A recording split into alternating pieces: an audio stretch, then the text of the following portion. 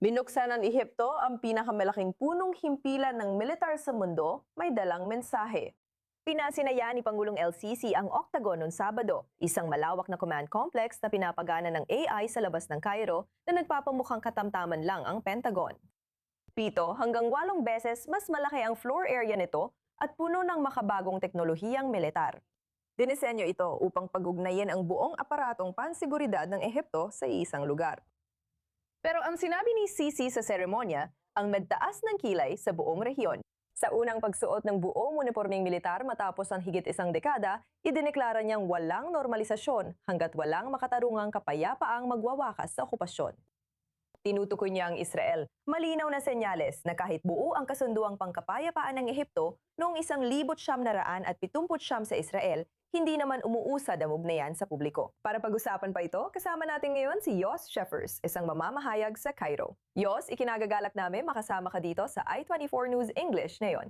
Ano ang mensaheng gustong iparating ng Ehipto sa bagong Octagon na ito? Nakakagulat kahit sa mga litrato pa lang masasabi ko. Talagang nakakabigla nga, lalo na ang laki nito. Ikinumpara mo ito sa Pentagon sa US na makatarungan dahil Pentagon yon, tapos nagtayo ang Ehipto ng Octagon na ilang ulit ang laki kumpara sa Pentagon. Sa totoo, hindi naman kalaki ang estratehikong papel ng Ehipto.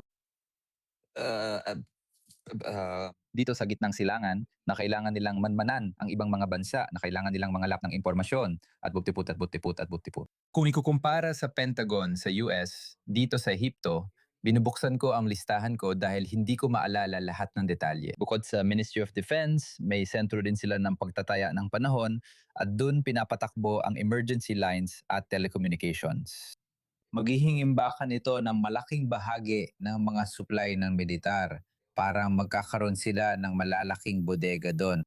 Kaya hindi lang ito tungkol sa Ministry of Defense. At kailangan mo malaman at babalikan ko ang tanong mo, pero dito sa Egypt, malaki ang papel ng hukbo sa ekonomiya. Kahit na hindi masyadong natutuwa ang IMF, ang International Monetary Fund tungkol dito, pero ang hukbo ng Egypt, may mga pabrika sila, may mga gasolinahan, may mga bangko sila. Higit pa ito sa isang hukbo sa Egypt at kailangan mo ito mapaglagyan sa iba't ibang lugar.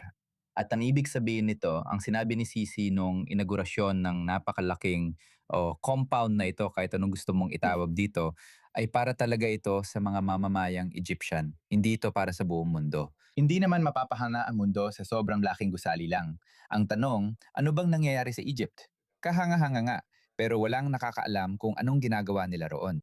Hindi pinapapasok na yon ang kahit sinong mamamahaya, kahit lokal sa Egypt. Pero oo, ipinapaabot ni Sisi ang mensaheng ito sa mga tao sa Egypt. Panig siya sa Palestine at alam ang kahalagahan nito sa mga Egyptian, lalo na't dumaranas ng pagsubok ang Egypt. Kaya imbes na batikusin siya ng mga tao sa malalaking gastusin niya sa proyektong ito sa bagong kabisera, sinasabi na lang niya na hindi magkakaroon ng kapayapaan sa gitnang silangan kung walang estadong Palestinian at BP at BP at BP. Tandaan ang sinabi niya kanina, ang ginagawa raw ng Israel sa Gaza Strip ay sistematikong pagpatay ng lahi.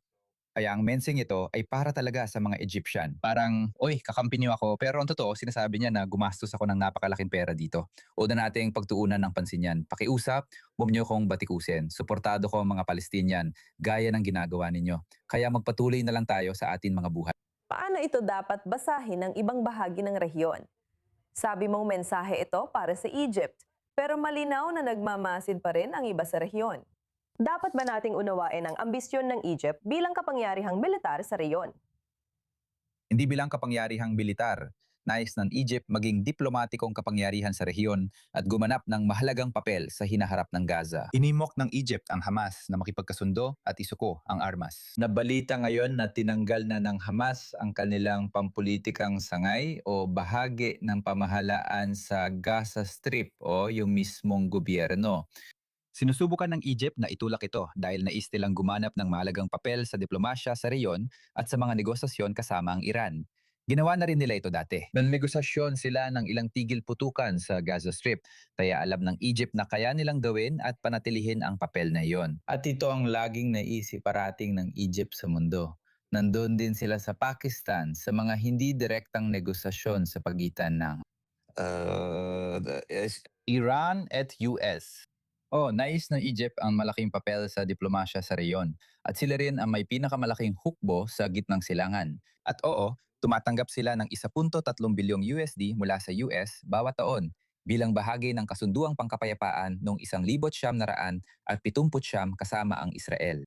Hindi ito ang pinakamalakas na hukbo sa reyon. Karamihan ay mga nasa serbisyong militar lamang at para lang ipagtanggol ang sarili nilang bansa. Wala silang ambisyon na ipadala ang kanilang hukbo sa ibang bansa. Lagi silang nag-aatubili na ipadala ang kanilang hukbo sa labas ng bansa para sumali.